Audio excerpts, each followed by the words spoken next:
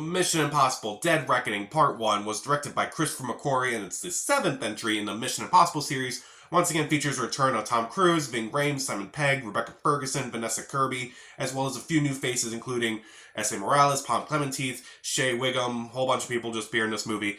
And this time around, there's this weapon that can destroy the world or alter the world in a lot of ways, and Ethan and his team try to track it down before it winds up in the wrong hands, particularly the main villain played by S.A. Morales. So this was a movie I was really looking forward to. If you've seen my Mission Impossible movie reviews, you've seen that like I've kind of grown to love all these movies more and more with us, especially the last three movies before this. I definitely was really excited to see what they were going to do with this one. I was also really excited that it was going to be like a two-parter movie. And I was also really excited because Christopher McQuarrie was once again directing this movie after previously directing Rogue Nation and Fallout. So what did I think about the movie? I really enjoyed the movie. I thought it was a lot of fun. I thought it was very intense. I thought the action was pretty good. But I don't think it's my favorite Mission Impossible movie. I think that's kind of the only letdown. But other than that, let's just dive right into it. So, what works in the movie? Well, the acting's pretty good. Tom Cruise, once again, is really good as Ethan Hunt. Haley Atwell is surprisingly really good in this movie. I honestly did not expect her to be this good in this movie. I thought her character was really well done. I thought her chemistry with Tom Cruise was also really well done. I'm also curious to see like how they'll work out in the next movie. Pom Clementeith, I thought she did a really good job too as one of the main villains of the movie. She doesn't really say a whole lot though, but it just looks like she's just having such a good time with this role, and she's just having a blast. She's just playing this like ridiculous and over the top villain. I think it's really well. I think she does a really good job. Shea Wiggum also does a really good job as like this other person who's like looking for Ethan Hunt.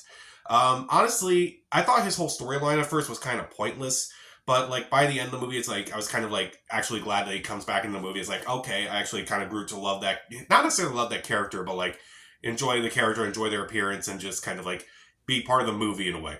Also, the action is just incredible. The train sequence is just incredible. Basically, that's the entire last act of the movie.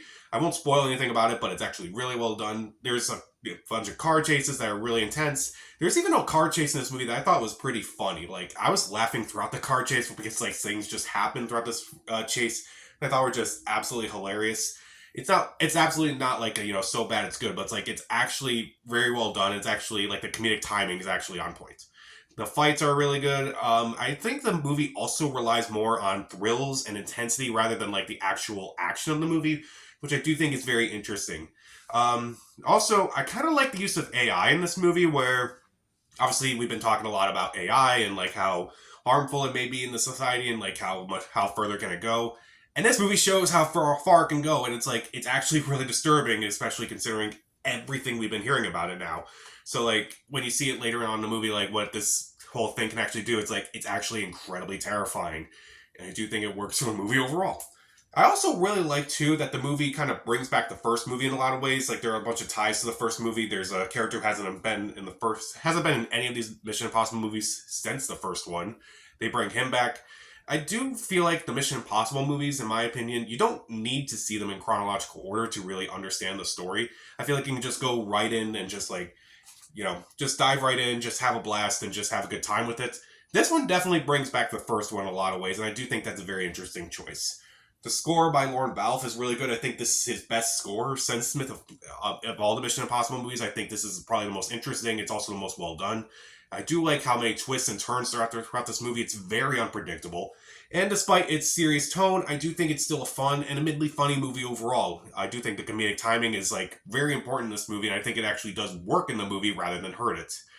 So, is there anything about this movie I don't really care for? Well, I don't really like some of the characters in this movie, or like use of the characters. Like Luther, once again played by Ving Rhames. He appears in the first two acts.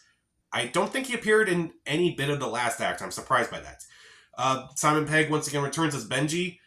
He definitely has a lot more to do than Ving Rhames, and they both have a lot more to do than Rebecca Ferguson in this movie. I was disappointed. She was a really good character in Mission Impossible 5 and 6, and they kind of just waste her in this movie. I don't understand why.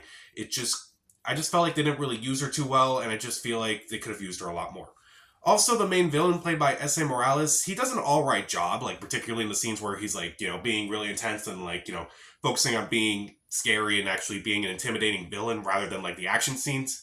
But I just don't feel like he's a fascinating villain in my opinion. He's not like nearly as good as someone like Philip Seymour Hoffman in Mission Impossible 3, or even Henry Cavill in Fallout, or even the main villains from Mission Impossible 5. He's definitely not as bad as the villains from Mission Impossible 4 and 2, but he's just okay in my opinion. He's not that intimidating to me. Meanwhile, the cliffhanger ending is not very enthralling, I would say. It's not very interesting. I do think that, like, I'm excited for what they'll do with part 2, but at the same time, the cliffhanger ending is not necessarily the greatest. Like, going back to movies like, say, Across the Spider-Verse, that movie had a terrific cliffhanger ending and made me more excited to see the next Spider-Man movie. Even Fast X had a better cliffhanger ending than this movie did, and how am I saying that? That is crazy. How am I saying that a Fast and Furious movie did something better than a Mission Impossible movie? What does this world come to? But I'd rather watch Mission Impossible Dead Reckoning Part 1 over Fast X, so that counts for something, I guess. So I do really like this movie overall. The acting's really good, the action's still incredible, it focuses more on the intensity rather than like what's actually happening. I do like the use of AI, I do like the fact that they bring back the first movie in a lot of ways. The score is great, it's so unpredictable, and yet it's still fun and funny without compromising the tone of the movie.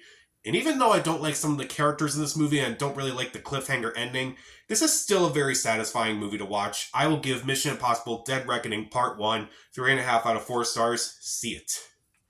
So, how would you rank all the Mission Impossible movies? Comment down below, subscribe to the channel. This is Pat. Stay safe.